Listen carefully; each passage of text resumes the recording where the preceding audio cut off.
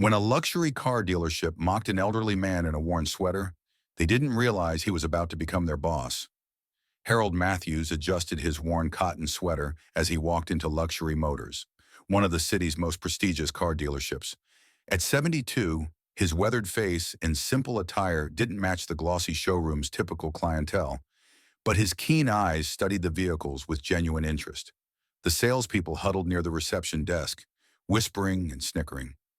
Finally, a young salesman named Brett approached, barely concealing his disdain. "Can I help you?" Brett asked, making it clear through his tone that he'd rather be anywhere else. "Yes, I'm interested in the new Mercedes S-Class," Harold replied quietly. Brett scoffed. "Sir, that vehicle starts at $150,000. Perhaps you'd be more comfortable at our used car lot down the street?" Harold straightened his back slightly. "I'd like to test drive it, please." "Listen, we don't do test drives without proof of financing. It's policy," Brett lied, exchanging smirks with his colleagues. The story peels back the layers of Harold Matthews' true identity, revealing the profound irony of how the dealership staff misjudged him. Harold is unveiled as the brilliant founder of Matthews Technology Solutions, a software company that he built from absolutely nothing into an industry powerhouse. His recent sale of the company for $3.2 billion places him among society's wealthiest individuals, making the dealership staff's dismissive treatment even more short-sighted. The section reveals that Harold's modest appearance, his simple clothing and unassuming demeanor, was no accident but rather a deliberate choice. He embraced this understated approach to life even after achieving enormous success, believing that true character is revealed in how people treat those they perceive as ordinary or less fortunate. Upon leaving the dealership after being dismissed, Harold shows no outward anger or desire for revenge. Instead, he simply pulls out his phone and makes a brief but significant call to his financial advisor, James. His calm request to proceed with acquiring Luxury Motors demonstrates both his considerable power and his measured approach to handling disrespect. This quiet moment transforms what could have been just another tale of discrimination into something more meaningful, a calculated decision to create lasting change. The beauty of this revelation lies not just in exposing Harold's wealth, but in highlighting his character. Despite having billions at his disposal, he chose to walk into that dealership in modest attire, giving the sales staff every opportunity to treat him with the same respect they would show anyone else. Their failure to do so sets the stage for the transformative events to come, all while establishing Harold not as a vengeful billionaire, but as someone who sees an opportunity to turn a negative experience into a teaching moment for an entire industry. The story's climactic moment, where justice and comeuppance converge in a professionally handled revelation. The scene opens with a purposefully tense atmosphere as the dealership staff arrives to an unexpected emergency meeting, their normal morning routine disrupted by a corporate email demanding their presence at 9 a.m. sharp.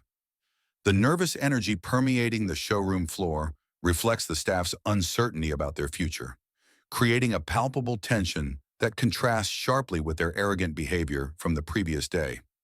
The appearance of Harold Matthews, now standing confidently beside James Morrison, their corporate president, delivers the first shock of many to come. Harold's calm demeanor as he introduces himself as the new owner serves as a masterclass in professional revenge. No shouting, no dramatic accusations, just the weight of his position and the truth of their actions hanging in the air. The moment of recognition on Brett's face, described as turning pale, is particularly satisfying as it represents the exact second when his previous day's actions come crashing down around him. Harold's subsequent speech is remarkable for what it doesn't say as much as what it does. He doesn't single out individuals or become petty, instead focusing on core values like integrity, respect, and humility. By framing the issue as a systemic problem requiring complete restructuring, Harold demonstrates leadership rather than vindictiveness. The power of this scene lies in its restraint. Harold doesn't gloat or seek to humiliate anyone personally, though the situation naturally does so. Instead, he positions himself as a change agent, someone who will use this opportunity to transform the dealership's culture. The presence of Mr. Morrison, who will oversee the restructuring, adds legitimacy to the proceedings and shows that this isn't just about personal revenge, but about professional consequences for unprofessional behavior. The scene's conclusion, with the announcement of the restructuring, serves as both an ending and a beginning. The end of the old way of doing business and the beginning of a new culture based on respect and equal treatment for all customers.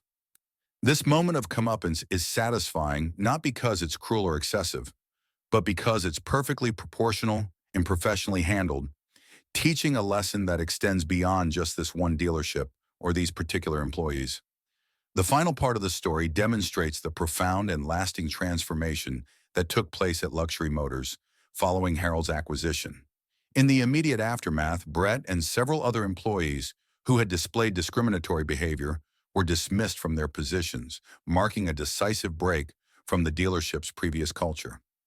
Harold wasted no time implementing comprehensive changes, installing a new management team who shared his vision of respect and dignity for all customers.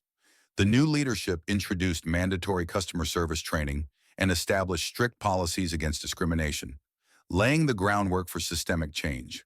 Within 6 months, the results of these changes became strikingly apparent as Luxury Motors evolved into the city's most respected dealership, renowned for its exceptional customer service, regardless of a client's appearance or background.